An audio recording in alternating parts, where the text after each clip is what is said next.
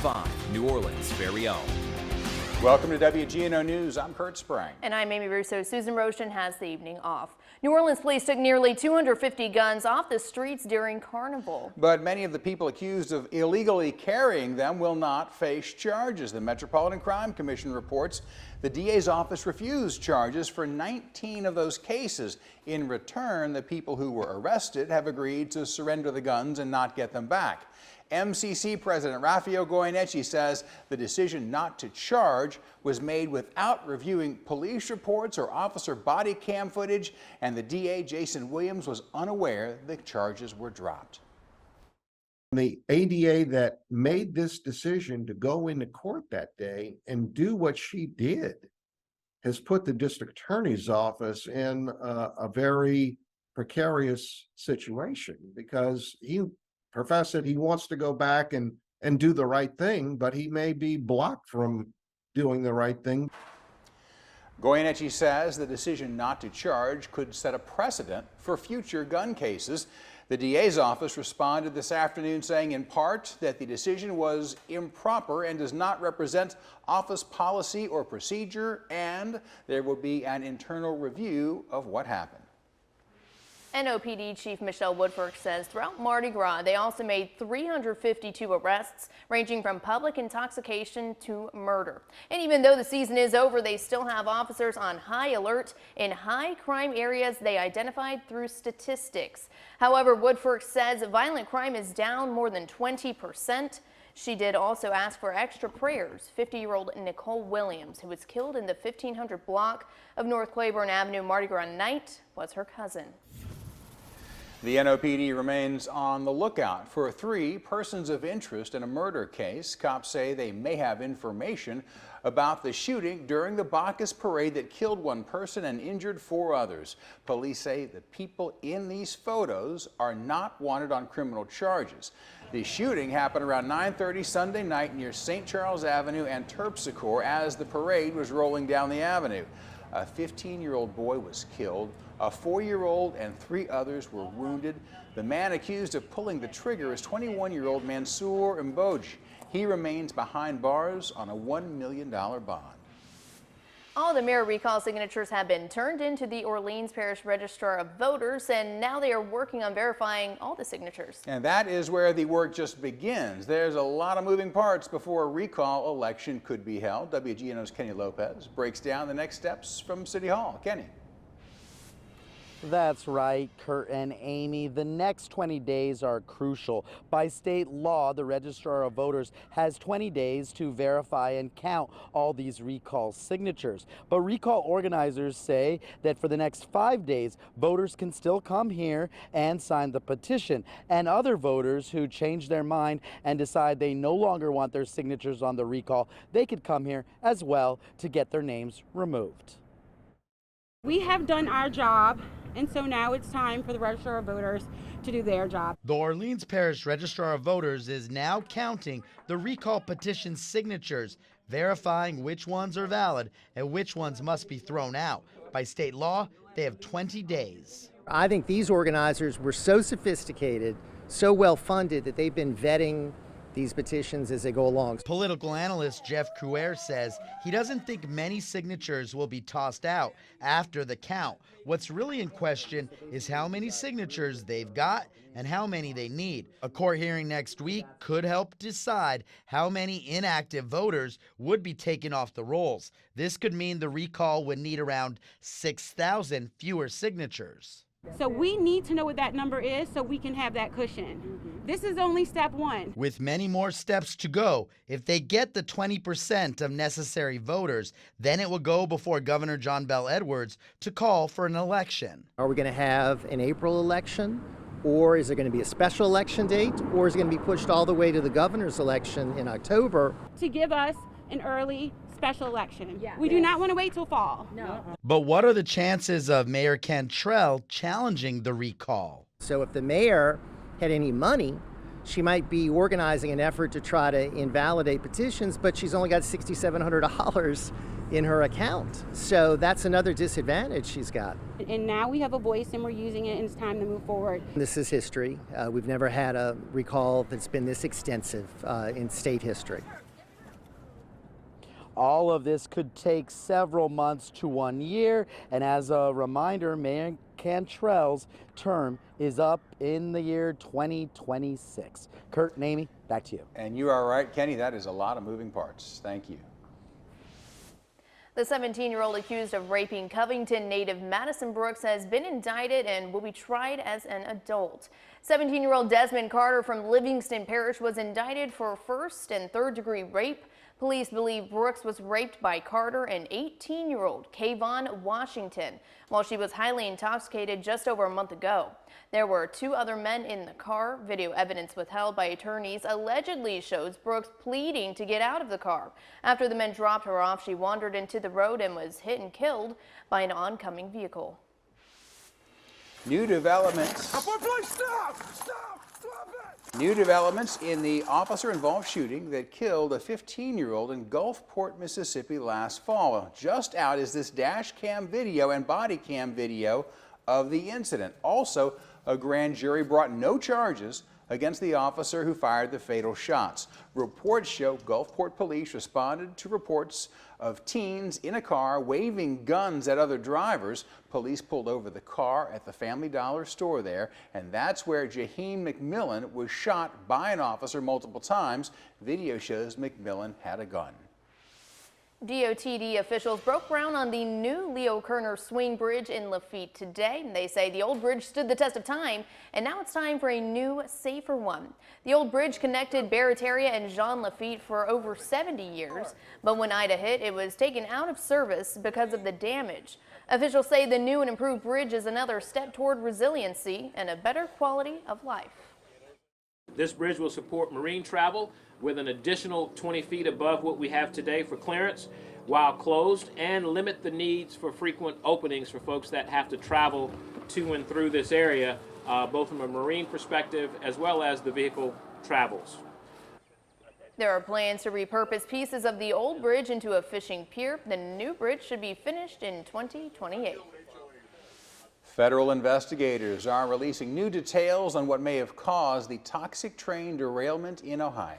Transportation Secretary Pete Buttigieg is on the ground today in East Palestine touring the wreckage. ABC's Lindsay Watts details the new NTSB report. This entire site will be completely remediated. How long has it been okay? You'd have to ask the railroad. As Transportation Secretary, Pete Buttigieg surveyed burned out rail cars and debris. The stack of 20-plus cars is right here. The NTSB releasing its preliminary report on the catastrophic derailment of the Norfolk Southern train. This was 100% preventable. The report focusing on a wheel bearing that overheated, referencing surveillance video that shows what happened moments before the train went off the tracks. The report says the wheel bearing and wheel set reached more than 250 degrees as critical alarms blared inside the train. At one point, the automatic brakes engaging. We have no evidence that the crew did anything wrong. The crew on board also slowed down the train before it derailed. We will not wait for that process to run its course, to continue doing everything that we can to raise the bar on rail safety and to hold people accountable. At a press conference today, Buttigieg urged the rail industry to stop fighting safety regulations and addressed why he didn't come here sooner. In terms of the timing of the visit, I'm trying to strike the right balance, allowing NTSB to play its role, but making sure we're here. He says he's met with residents worried about their health and future. I've been getting headaches, sore throat. Buttigieg saying they won't be forgotten. Norfolk Southern will pay for this remediation and make sure that they are making this community whole. It could take up to 2 years for the NTSB to determine a final cause for the derailment. In the meantime, Secretary Buttigieg is calling on rail companies to take immediate action. He wants them to require stronger rail cars before a congressional mandate takes effect in 2029. Lindsay Watts, ABC News, Washington. Next on WGNO News, there are limited spots to sell art along Jackson Square. How artists can put their names in the hat for a lottery. Coming up. And maybe you prefer to admire art than create it yourself. One museum is showcasing Black artists. That's part of our series honoring Black history. Before the NOPD starts preparing for next year, Chief Woodfork is looking back at what worked and what didn't during Mardi Gras this year. She says they made 352 arrests ranging from public intoxication to murder and took 244 guns off the streets. Despite that, there was no shortage of gun violence, Chief Woodfork mentioning major incidents, including the mass shooting at Bacchus and the double murder on the interstate. She said while all are tragic, one was personal. As I ask everyone to pray for those families and my family as well, my relative was the victim of a fatal shooting in the 1500 block of North Claiborne on Mardi Gras evening. Woodfork's 50-year-old cousin Nicole Williams was the one killed. Despite this, she says violent crime is down 23%, and she hopes to keep it that way by targeting areas where it's statistically prevalent. Right now, officers are on the scene of a homicide in New Orleans East. According to initial reports, a man was shot to death in the 7,000. Jefferson Parish Sheriff's Office deputies were busy with another chase yesterday morning that ended in a crash near an Old Metairie preschool. WGNO's Jordan Lippincott reports. All right, thanks, Brantley. Continuing coverage, a man believed to have died from a fire was actually killed by a bullet instead. The coroner says 64-year-old Larry Williams was shot at a house fire in the 9,000 block of Conn Street earlier this month. The fire department first said the fire might have started from a space heater or cigarette in the small shed used as a, quote, man cave. The resident of the home told authorities he was watching the game in the shed with Williams when he went inside the house. That's when he smelled smoke and found the shed on fire. The NOPD has reclassified the case as a homicide. No arrests have been made, though. Anyone with information is asked to call Crime Stoppers. Law enforcement from New York to Los Angeles also say they're planning for potential unrest and are extending shifts and activating officers. Louisiana lawmakers are pushing for the state to ban TikTok. Secretary of State Kyle Ardoin says employees in his department cannot have the app on their work phones. He wants the governor to follow his lead. Federal authorities say the Chinese government has too much access to data through TikTok, which creates a security concern. Ardoin's request would put a TikTok ban on all state government devices. A 45-year-old man is hurt after being shot outside of a home.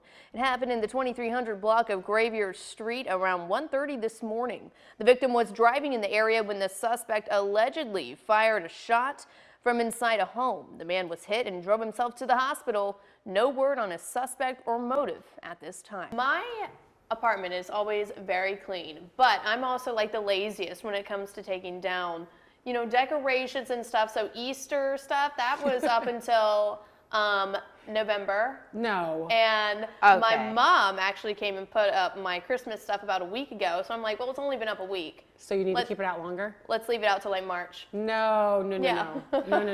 Thanks for waking up with us on Good Morning New Orleans. I'm Stephanie Chainong. And I'm Amy Russo, and we were just talking a little bit about Mardi Gras. Yes. I still haven't experienced Mardi Gras here, so I'm pretty excited. Oh, that's right. Yeah, and whole new world. Brooke is telling us she's going to throw shoes at people.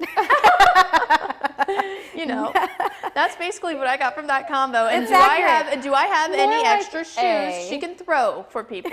Gentle toss. Tonight, a man is dead and an investigation is underway after a fatal deputy-involved shooting in Terrytown. Now, it happened at this gas station right behind me, and what led up to the shooting, that may surprise you. It started as a simple call for help in the 700 block of Berman Highway in Terrytown. He had a flat tire, two flat tires on the vehicle, and was claiming that someone was chasing after him, trying to kill him.